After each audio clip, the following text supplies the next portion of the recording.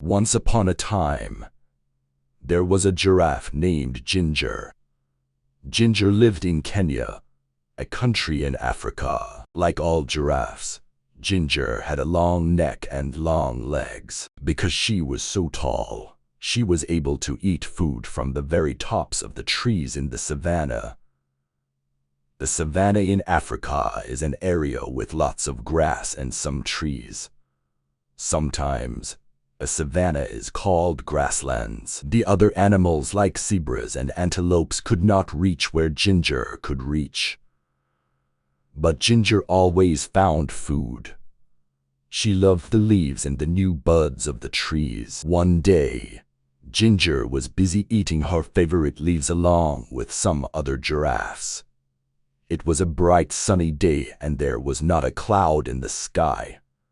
It had not rained for a long time, so the grass was very dry. She heard a noise down at the bottom of her extra long legs. It was her friend, Mickey the monkey. Mickey was trying to say something, but Ginger couldn't understand what he was saying. He looked very tired.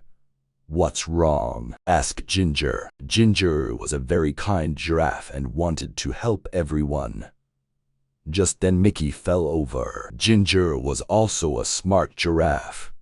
She knew what was wrong. Mickey couldn't find anything to eat and he was very hungry. Ginger nibbled some fresh, tender leaves and buds from the top of the tree where she was eating. She dropped some of the leaves and buds to the ground near where Mickey was. Then she nudged him a little with the hoof at the bottom of one of her very long legs. "Wake up, Mickey," said Ginger. "I've found something for you to eat." Slowly Mickey sat up and ate a little. After a while, when Mickey was feeling better, Ginger asked him, "What's happened, Mickey? Why are you so hungry? Why can't you find anything to eat?" Mickey said, "It hasn't rained for so long, and now there's no more food." "That's not good," said Ginger. "What's happening with the other animals?" "No one knows what to do," answered Mickey. "All the zebras and the antelopes and the elephants are getting worried about the dry grass.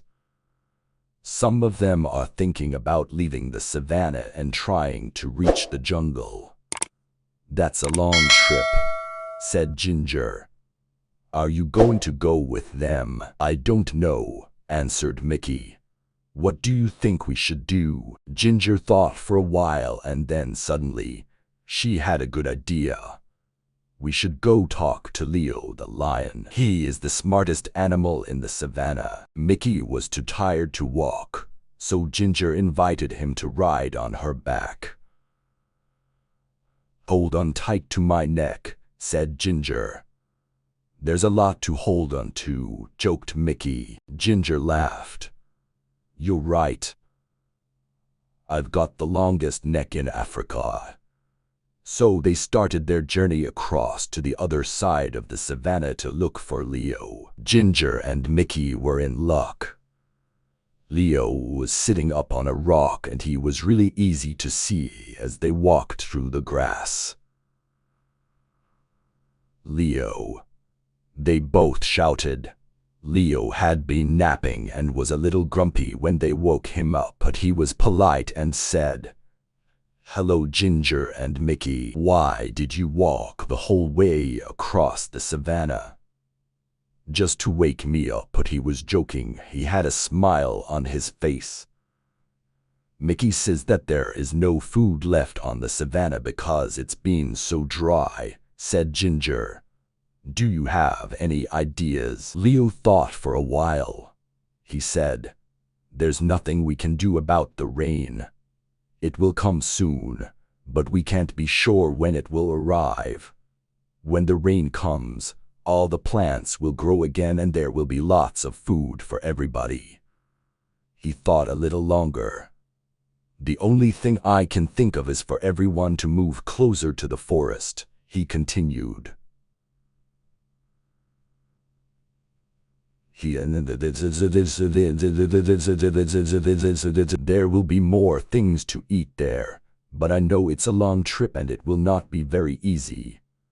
It might take days to get there." Ginger and Mickey looked at each other and then looked back at Leo. "Thank you, Leo," said Ginger. "It's probably best if they all try to get closer to the jungle." They said goodbye and then walked back across the savannah. Now they needed to gather all of the animals together to start the long journey. Ginger didn't need to go along because she had plenty of food in her high trees.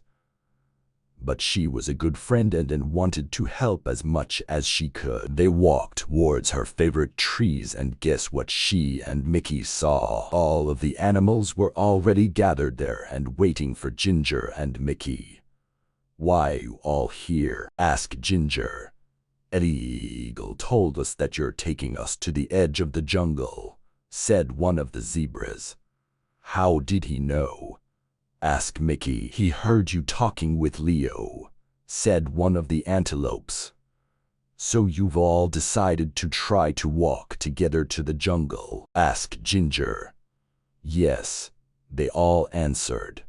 "If you'll help us to get there," added one of the elephants. "Of course, I'll help," said Ginger. "I'm your friend." So they started on their big journey across the savannah to the jungle. The sun was so hot and there was no food and no place to get a drink of water. And then they heard it. It was thunder. Thunder. They all shouted. Thunder was very scary to the animals of the savannah. Can you guess why? Fire. Sometimes the lightning hits the dry grass and the whole savannah catches fire. Then everyone has to run. And that is exactly what happened. Fire. They shouted. They could smell it. And now they could see it. The fire was coming towards them. Ginger had to think fast. Because she was so tall she could see farther than any of the other animals. She stretched her long neck up as far as she could. Now she could see a place where there was no fire. "Quick," she said. "Everyone run this way." All of the animals followed her and ran as fast as they could. Soon, they were out of danger. They stopped and gathered together one more time. "Is everyone here?" Ginger asked. She wanted to make sure they were all safe. All the animals looked around. They were all there. And then the most wonderful thing happened. "I felt a drop," said a zebra. "Me too," said an antelope. It was rain. Finally, everyone was very happy. It started to rain a little more, and then a little more. The rain put out the fire so they didn't have to run, and the rain filled their watering holes and made the plants grow again. So they didn't have to make that long trip to the edge of the jungle. Everyone would soon have enough food and water. So Ginger, the giraffe, went back to her favorite tree and continued to munch on the leaves and buds.